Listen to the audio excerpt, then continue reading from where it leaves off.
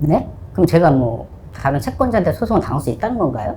네, 최근에 주택법이 개정이 되면서 만약에 조합에서 해산 청산을 거치게 되면 이런 조합의 구체적인 채권 채무액을 기재하도록 되어 있거든요. 네. 그렇게 변경되면서 조합의 채권자들이 조합뿐만 아니라 조합원들에게 소송을 하게 될 수 있는 그런 법적 해석이 좀 더 넓어지게 됐어요.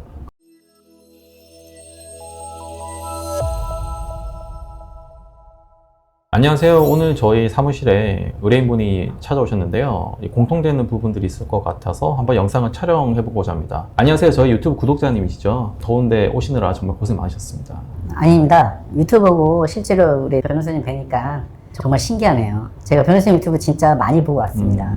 아, 그러시군요. 제 거 유튜브 보고 오시면 훨씬 상담하기가 편해요. 왜냐하면 다 어느 정도 이해를 하고 오시기 때문에 제가 반복해서 처음부터 이야기할 필요가 없거든요. 그래서 유튜브 많이 보고 오시면 훨씬 빨리 신속하게 진행이 되고 상담도 줄어들고 그런 좋은 부분이 있어요. 오늘은 그 지역주택조합 탈퇴 때문에 오신 거죠? 아, 네, 맞습니다. 아, 이것 때문에 정말 죽겠습니다. 요즘 잠을 못 자고 있고, 제가 3년 전인가? 지역주택조합에 가입해서 계약을 했거든요. 근데 그때 그 조합장이 분담금은 거의 없다고 그랬고, 주변 시세보다 훨씬 더 저렴하게 해서 시작을 한다고 하는데, 근데 최근에 보니까 추가 분담금으로 뭐 3억을 더 내라고 하더라고요. 추가 분담금 3억은 도저히 상식으로도 이해할 수도 없고 감당이 안 되더라고요. 그래서 탈퇴할 수밖에 없는 상황인 것 같습니다. 요즘 선생님뿐만 아니라 전국적으로 다 지역주택조합의 조합원들이 다 힘든 상황이에요. 자재비, 인건비가 많이 오르다 보니까 추가 분담금이 말도 안 되게 많이 나오고 있어요. 지금은 뭐 3억이라고 하는데요. 지역주택조합의 그 사업이 성공될 확률이 20%가 채 안 되거든요. 그래서 지금 조합원 분양가보다 일반 분양가가 오히려 더 저렴한 경우도 많아요. 말도 안 되는 경우잖아요. 네, 저도 그래서 최대한 빨리 탈퇴하는 게 맞는 것 같아서 찾아뵀습니다. 네, 최대한 빨리 탈퇴를 하는 것이 좋아요. 만약에 그 지역주택조합의 조합원에 계속 남아있게 되면요. 지역주택조합에서 총회만 거치면 언제든지 얼마든지 추가 분담금을 계속 거둘 수 있게 되는 거거든요. 그래서 지금은 지역주택조합 분담금이 3억 원이라고 하는데요. 지금 만약에 사업이 계속 진행이 되더라도 한 3년, 5년은 더 걸릴 거예요. 그러면 그 3년, 5년 뒤에 제 생각에는 분명히 돈을 더 내라고 할 겁니다. 근데 총회만 거치면 추가 분담금 계속 내는 겁니까? 네, 그렇게 돼 있어요. 계약서에도 그렇게 기재가 돼 있고요. 그 지역주택조합 법리 구조상 총회만 거치면 언제든지 더 추가 분담금을 내게끔 돼 있습니다. 혹시 중도금 대출 받아라고 이렇게 연락 받은 거 있으세요? 아, 네. 최근에 문자가 하나 받았는데 그냥 공동대출이라길래 자세히는 안 봤어요. 안 봤는데 조합에서는 이자 다 내준다고 신경 쓸 거 없다는 식으로 이제 말을 하더라고요. 조합에서는 그렇게 이야기를 하는데요. 우선 중도금 대출을 받고 나면 처음에는 조합에서 이자를 내주는 경우가 많아요. 그런데 몇 달 지나고 나서 조합에 돈이 없다고 하면서 이자를 조합원이 대신 내달라고 하는 경우가 있거든요. 그런데 이미 우리는 다 조합에서 돈을 내줄 거라고 믿고 그 대출을 받은 거잖아요. 그런데 나중에 이자 안 내주면 조합원만 곤란해지거든요. 그래서 조합에서도 이자를 안 내주면 그 중도금 대출을 해줬던 은행은 조합원들에게 이자를 내라고 하게 되고, 이자를 안 내면 연체 등록을 시키겠다. 그러면서 신용 하락, 카드 정지 시키겠다. 그런 경우가 있거든요. 그러면 조합원들만 곤란해지는 거죠. 신용도까지요? 그럼 대출 실행 안 되게 막을 수는 없는 건가요? 우선 중도금 대출 자서 자체를 안 해야 돼요. 만약에 탈퇴하기를 결심을 하셨으면요. 중도금 대출을 자서를 해버리게 되면 내 의사와 상관없이 중도금이 들어가 버릴 수가 있고, 만약에 중도금이 납부가 된다면 연체 등록, 신용하락, 카드 정지는 필연적으로 거의 따라오게 되거든요. 그리고 또 하나 이제 유념하셔야 될 부분이, 만약에 탈퇴를 안 하시면 만약에 조합에서 해산 청산되는 경우도 많거든요. 아까 조합에 이제 완공될 확률이 20%가 안 된다고 그랬잖아요. 그럼 80% 이상 되는 조합에서는 거의 해산 파산으로 간다고 보면 되거든요. 그러면 해산 청산을 했을 때 조합에는 돈이 없게 되겠죠. 그러면 조합에 돈을 못 받았던 조합의 채권자들이 단순히 조합뿐만 아니라 조합원들 개개인에게 또 소송 들어오는 경우가 있어요. 이런 경우 매우 곤란해집니다. 네? 그럼 제가 뭐 다른 채권자한테 소송을 당할 수 있다는 건가요? 네, 최근에 주택법이 개정이 되면서 만약에 조합에서 해산 청산을 거치게 되면 이런 조합의 구체적인 채권 채무액을 기재하도록 되어 있거든요. 그렇게 변경되면서 조합의 채권자들이 조합뿐만 아니라 조합원들에게 소송을 하게 될 수 있는 그런 법적 해석이 좀 더 넓어지게 됐어요. 그래서 실제로 조합의 채권자들이 조합원 개인에게 소송을 제기하는 사례들이 늘어나고 있습니다. 그럼 제가 조합에 계속 남아있으면 그냥 돈만 내는 게 아니라 소송까지 걸릴 수 있다는 말씀이신 거죠? 네, 실제 그렇게 되실 수도 있어요. 그렇기 때문에 그런 것도 하루라도 빨리 지역주택조합에서 탈퇴해야 되는 그 이유 중에 하나가 되는 것입니다. 그럼 탈퇴는 어떻게 해야 하나요? 그럼 제가 조합에다 전화해서 탈퇴를 뭐 한다고 얘기를 해야 되나요? 단순히 전화를 하시거나 직접 찾아가셔서 나 탈퇴해달라라고만 하시면 네. 그냥 단순히 일방적인 탈퇴 통보거든요. 뭐 단순 변심에 의한 통보랑 다를 바 없어요. 그러면 조합에서 탈퇴를 안 해줄 수도 있어요. 조합도 탈퇴를 만약에 해주려고 하면 총회를 거쳐서 승인을 받아야 되거든요. 처음에는 해주겠다고 하다가 총회에서 승인이 안 났다라고 하면서 탈퇴를 안 해줄 수도 있고요.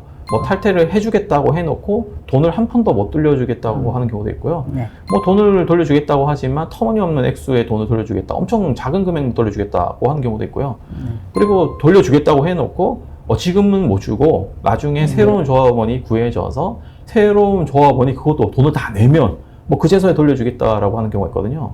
그건 제가 볼 때는 돈 안 돌려주겠다고 하는 거랑 똑같아요. 네. 그래서 단순히 홍보만 하면 안 되고 지역주택조합의 기획사유 잘못으로 우리는 가입계약을 해지 취소하고 납입했던 돈을 돌려달라고 해야 납입하셨던 그 분담금을 다 돌려받을 수 있게 되는 것입니다. 그럼 저는 그럼 아까 말씀드린 것처럼 처음 계약할 때 분담금이 거의 없다고 얘기해놓고서 안 와봐야 5천만 원 정도로 얘기했는데 예. 지금 거의 뭐 6배, 3억을 달라고 하면 6배가 오른 거 아니었습니까? 그리고 공사도 진행은 뭐 저 계약할 때 빨리 한다는데 지금 5년 내내 아무것도 텁하기도 안 하고 있습니다. 현재. 예. 그러면 충분히 탈퇴 주장을 하실 수가 있어요.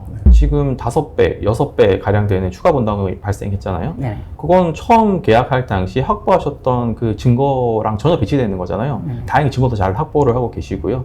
너무 6배, 말도 안 되는 비율로 높아졌고 아까 말씀드린 것처럼 이제 또 더 추가로 분담금이 더 나올 수도 있거든요. 그러면 전혀 다른 상황이 생겨버린 거고요. 그리고 사업도 뭐 1년 이내에 완공될 것이라고 해놓고 계약하게 해놓고 지금 벌써 5년이 지났잖아요. 그거 텁하게 안 한 상태인데 그러면 또 공사를 하다가 지연될 수도 있고요. 이렇게 장기간 지연된 것도 사정 변경이 생겼다라고도 볼 수 있거든요. 뭐 추가 분담금이 높아졌다든지 너무 말도 안 되게 그리고 사업이 너무 지연이 되는 경우에는 이런 사정 변경이 생겼다고 보고 해제를 인정해주는 판례들이 있어요. 이렇게 주장을 해 나가야 됩니다.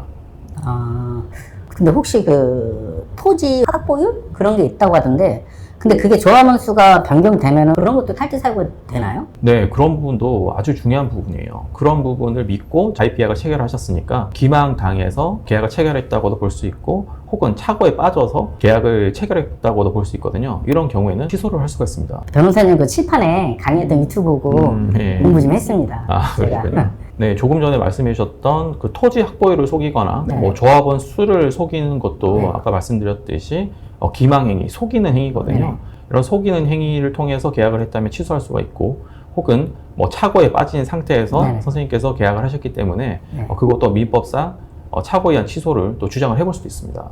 그럼 세대주 요건도 그때 있었던 것 같은데 저와 같이 가입한 친한 동네 친구는 세대주를 세대 1으로 바꿨더라고요. 네, 그것도 조합원 자격을 상실하게 되는 그 사유 중에 하나거든요. 이렇게 탈퇴할 수 있는 방법이기는 합니다. 그런데 조합 입장에서는 아무런 이유 없이 분양받은 조합원이 임의로 세대주를 세대원으로 변경하면서 그렇게 조합원 자격을 상실하는 거잖아요. 네. 그래서 조합원 입장에서는 이건 조합 측 잘못이 아니라 조합원의 일방적인 사유로 된 것이다 라고 하면서 한 푼도 못 돌려주겠다라고 하는 경우가 있고요. 혹은 매우 낮은 금액, 뭐 공작 다 공제하고 뭐 얼마 되지도 않는 금액 주겠다라고 하기도 하고 아까 말씀드린 것처럼 뭐 바로 줄 수도 없고 나중에 이 호실이 조합원이 들어오고 조합원이 또 전액 내야 주겠다, 총회를 거쳐서 내겠다고 하는데 들어올 리도 거의 없고 뭐 총회를 거칠 리도 없고 뭐 장기간 뭐 지연되기만 하는 거고 뭐 돈을 거의 돌려주지 않는 경우가 대부분이거든요.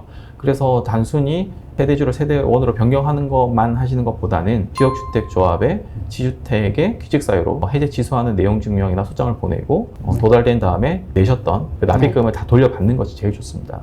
저는 그냥 되도록 돈을 돌려받고 깔끔하게 빨리 조합원을 탈퇴하는 게 그러고 싶어집니다. 네, 그럼 저희한테 보내주셨던 그 자료들을 저희가 꼼꼼히 검토를 해서 네. 바로 소장 작성을 시작할 거고요. 소장 초안이 작성되면 먼저 한번 보여드리겠습니다. 네, 알겠습니다. 잘 부탁드리겠습니다.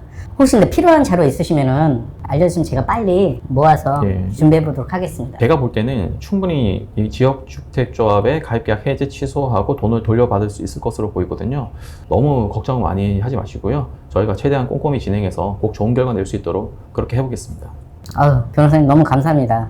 변호사 오늘 직접 뵙고 나니까 마음이 훨씬 편안해진 것 같습니다. 감사합니다. 네, 감사합니다. 오시느라 고생 많으셨습니다. 아닙니다. 네, 고맙습니다. 네.